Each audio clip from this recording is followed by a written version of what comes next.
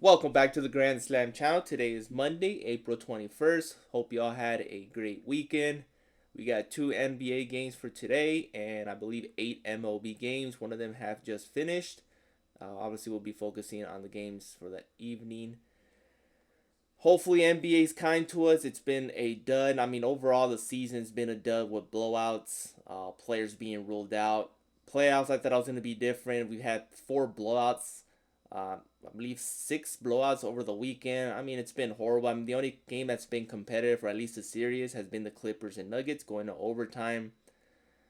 The Knicks and Pistons are going at it today as well. 20-point blowout. I expect the Pistons to come out and fight. Should be a closer one, despite game one. Clippers and Nuggets, that's probably going to go to 6 or 7. That's probably the most competitive series thus far. Hopefully the Lakers get it together as well against the T-Wolves. That should have been closer and not a blowout. So let's get started. First one for the Clippers. You got to target the 2 stars. James Harden, Kawhi Leonard. Got to have both of them.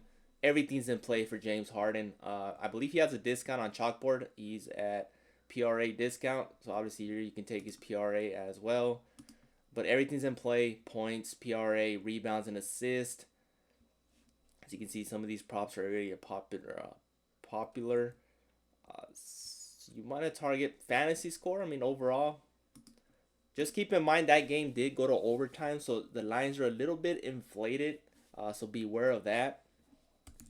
But it should be close, and I expect Harden and Kawhi Leonard do their thing. I mean, they had a lead over the Nuggets. The Nuggets did come back in OT and win the game. I expect the Clippers to bounce back and win this one for game two.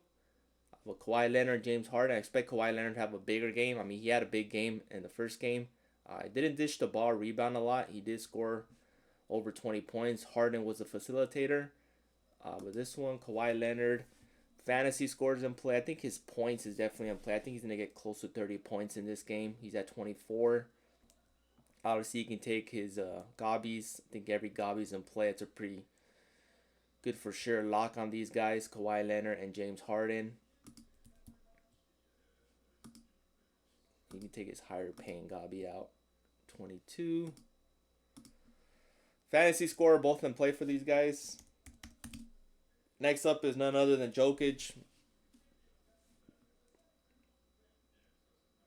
Unfortunately, I took his rebounds and assists last game out. He was at 21.5. I believe I got him on the chalkboard. Even with overtime, he didn't cash it, which I was really, really disappointed on that. I thought he was going to have in the mid 20s RA as far as rebounds and assists, but he did score a lot, close to 30 points as well. He should go over his RA. Here on Price Picks, I believe he's still priced the same on Chalkboard.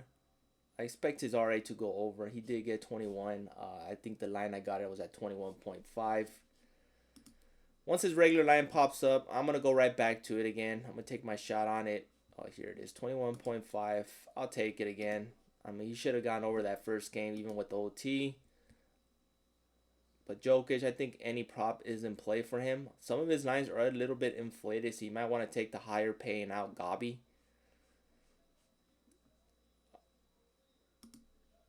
Let's head on over to the Knicks and Pistons. Brunson scored over 30 points. Definitely in play. PRA taking it. I expect the bounce back from Jalen Duran. I believe he had less than 10 points. Didn't get the rebounds that he usually does. I expect him to get a double-double in this game. I expect him to bounce back. He was one of those starters that didn't go over 10 points. Points and rebounds, got to take it. He's got to bounce back in this game of the Pistons. Stand a shot against the Knicks, which I expect him to win at least a game, maybe 2 games against the Knicks. But Durant's got to play better than game one, and I expect him to bounce back in this one. Sneaky pick that I like is Cameron Payne. Got plenty of minutes off the bench. I know they beat him by 20 points, but I expect Cameron to even score his regular lines on regular minutes off the bench. I took his points on chalkboard. I lowered the line at 3.5 to 2 buckets at 4 points. Here at 4.5, I still like it. You can take his PRA as well, but I expect him to go over. I expect him to go close to 8 to 10 points in this one. Had 14 last time out. Obviously, played a couple more minutes since the blowout was towards the fourth quarter. But Cameron Payne should score more than 5 points in this one. I'm projected to get 8 to 10 points in this one. So those are the picks that I like for today's games. Only 2 NBA games today. Listen on our MLB. A couple props that I do like. And I'm going to target the studs. Or at least the stud hitters. Eli De La Cruz is one of them. Hits, runs, and RBIs or fantasy score both in play. Next up, Judge. Everything's in play. All I do like is Gabi at 0.5. Solid if you need a Gabi. Fantasy score is there. If you want to take it. I was hoping I don't think his hits, runs, and RBIs at 1.5 is up. They either have a Demon or a Gabi. Damn, they have a 5.5 hits, runs, and RBIs Demon. Just show you how good Judge is. But for this one, I'll just make it 0.5 since I can't find his 1.5. Next up is Tatis. He's been a moneymaker this season for me. I've usually been taking his fantasy score.